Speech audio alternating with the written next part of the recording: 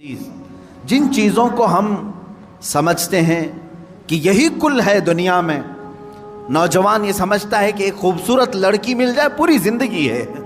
देखो उसी पर तो शेर व शायरी करता है, उसी पर तो पूरी मोहब्बत के नगमे गाता है। उसे मालूम नहीं कितने दिन क्या ये आयश है।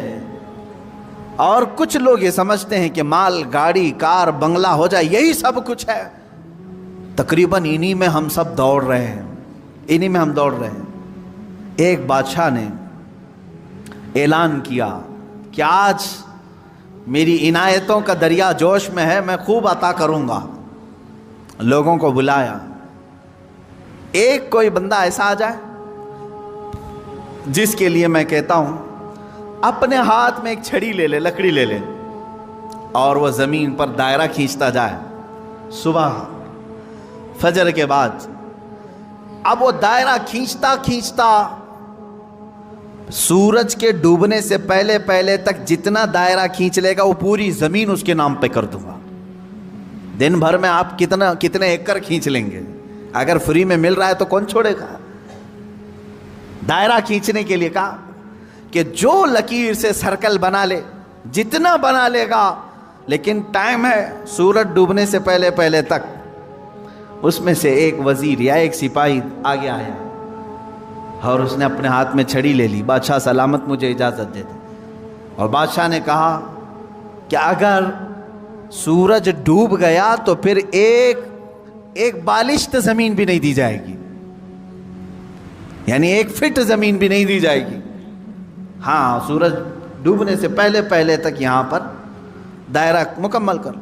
अब वो निकला छड़ी लेकर के, लकीर खींचते खींचते। उसे बहुत बड़ी ज़मीन चाहिए थी, इतनी बड़ी कि उस सल्तनत में किसी की ना हो। जब फ्री में मिल रही है, खींचता खींचता वो गया, काफ़ी दूर तक चला गया। दोपहर हो गई, थक गया, कुछ दौड़ा कुछ चला। अब जब दोपहर होकर सूरज ढलने लगा तो उसने सोचा वापस हो जाते, चूँकि जहाँ से मैं दायरा खींचा हूँ वहाँ तक ला करके लकीर को मिलाना है, इतनी ज़मीन मेरे नाम पे। अब वापस हुआ। अब ये कितने किलोमीटर की ज़मीन घेरा था वल्लाह वालों। दौड़ा था उसने सुबह से लेकर दोपहर तक, न खाना है न पानी है, दौड़ रहा था। दौड़ते दौड़ते सूरज पीला हो गया, असर का वक्त आ गया।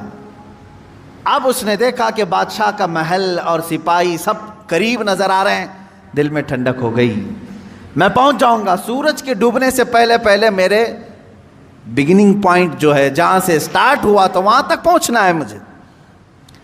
लेकिन थक गया था, आज़ा जवाब दे रहे थे, निढाल हो गया।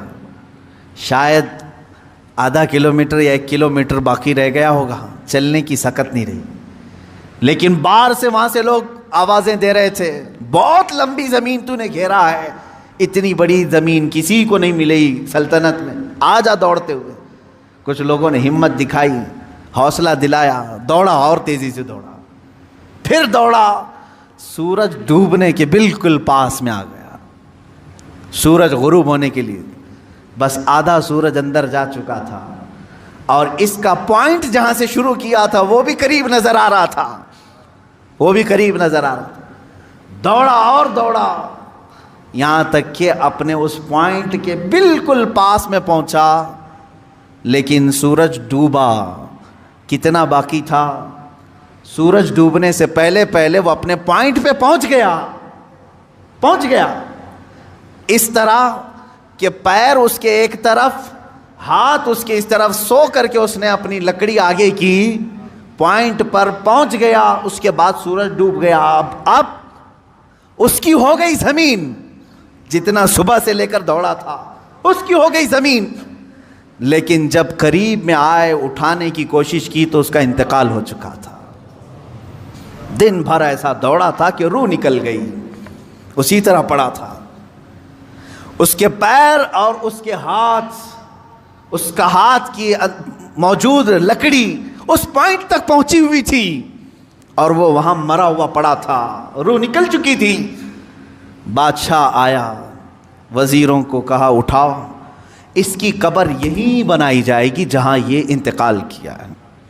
उसकी कब्र वहीं खोदी गई। कितने फीट का रहा होगा, 6 फीट का रहा होगा, जितना भी रहा होगा। कब्र उसकी बनाई। बादशाह ने एक बहुत तारीखी जुमला उसकी कब्र पर लिखा, कहा कि इसको जरूरत सिर्फ 6 फीट की थी, दौड़ा पूरे दिन भर,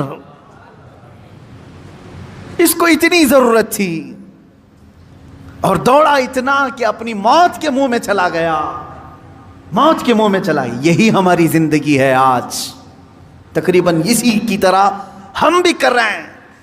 इतना दौड़ रहे हैं, पता ही नहीं चलता कि कहां मौत आ गई। तुम्हें उन तमाम चीजों की जरूरत ही नहीं थी जिसके पीछे पड़े हुए हो। सब तो अल्लाह ने लिख करके भेजा है। अरे मियां, तुम अपनी माँ के पेट में 100 दिन के नहीं थे, तब अल्लाह ने फरिश्तों को भेज करके लिखवा दिया, इसे इतना रिस्क लिख दो, इसे इतने औलाद लिख दो, इसे इतनी खुशबख्तियां लिख दो, सब लिखा जा चुका है। जो मिलना है उस पर हम पूरी जिंदगी क्यों दांव पर लगाएं? हमें तो उस मौला को राजी करने के लिए जिंदगी खर्च करनी चाहिए।